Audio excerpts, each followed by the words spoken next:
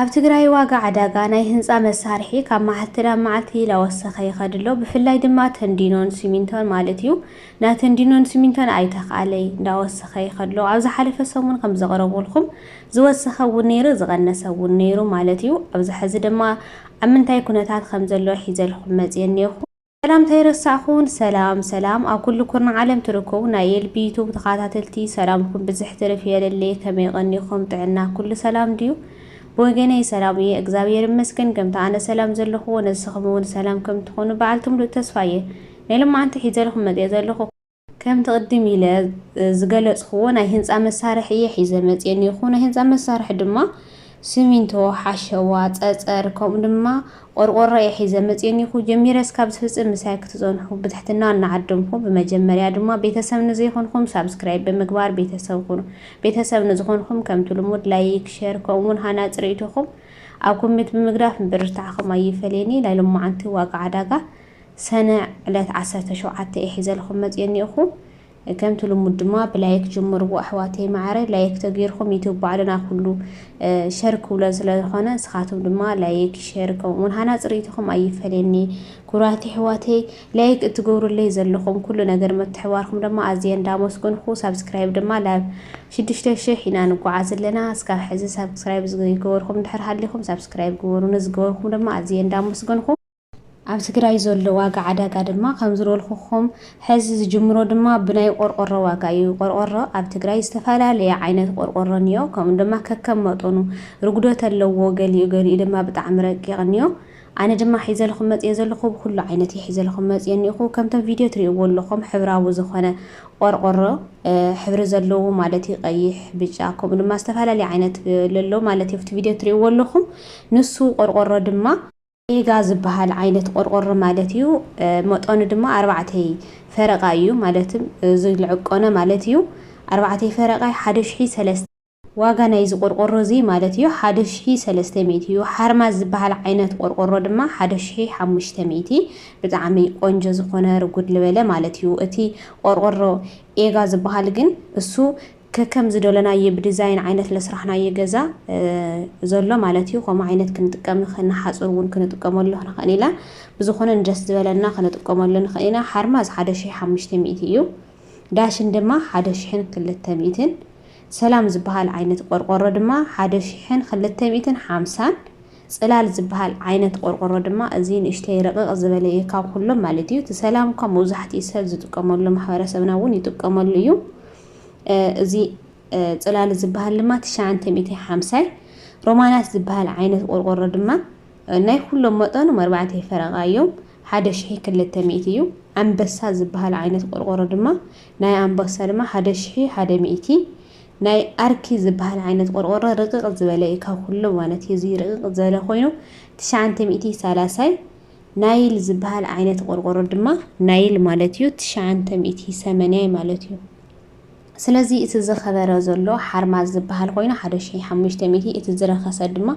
أرك زبهال خوينو رقق زبالي عينة قرقرة مالتيو 930 إلى اللو حازل اللي أب تقرأي مالتيو كم دس زبالنا عينة مريضنا خنقزول لنخل هم هفته جنتنا مالتيو زي مثلنا قرقرة واقع قصيلنا دما ناي بعل تنديني إنا نقرب تنديني دما كم زفلت ناي وش تعدلو ناي وصعلو أنا دما حيزلكم متسيني هو ناي كلتي أميو كاب بعل شمنتس كاب بعل 10 مالتيو بعل تندينو ناي تركي بعل شمنته 150 بعل 10 حداشي 350 بعل 10 خلته حداشي 809 بعل 10 3000 حدا 200 بعل 10 دما حداش 4000 إسرائي مالتيو سلازي ازي يمثل ناي تركوس تندينا مالتيو زي أصيله دما ناي أواش يكرولكم ناي أواش دماش بعل 830 بعل 10 حداش كل 250 بعل 10 خلته دما حداش 700 بعل 10 خلته 500 بعل 10 3 خلته 100 زي ناي أواش زلو أو هذا ساعات مالتيو واقع ناي خلتيو ناي تركون ناي أواش وناي وش تعدن أغريو لكم نيخو قصيلة زغرو لكم دما واقع سبينتا أو هذا ساعات حدا شع يورد حدا شع ድማ ይውስኽ ማለት ያው ዝሓለፈ ሰማይ ወፂሕ ነይሩ ህዝ ድማ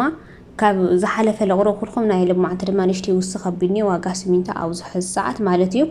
1350 ኒዮ ልኹንታል ማለት እዩ እዚ ክንደይ ከም ትደሊ ባዕልኻ ወይም ብተስማዕሚዕኻ ብበዝሒ ትገዝእ ተኮይንኻ ተዋጊኻ ከተብሎ ትኽእል እያ ንዝደለኹም ኣሕዋተይ ድማ ብውሽጢ ተናገሩን ትኽእሉ ኢኹም ከምዚ ዓይነት እንድሕር ተንዲኖ እንትና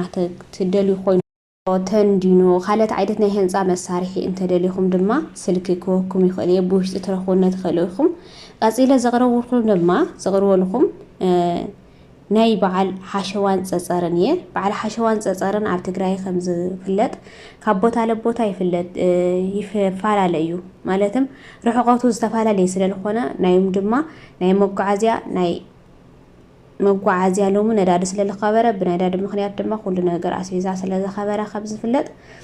ናይ ፀፀር ዋጋ ለቲ መህደም ዝኾን ካብ 42,000 እስካብ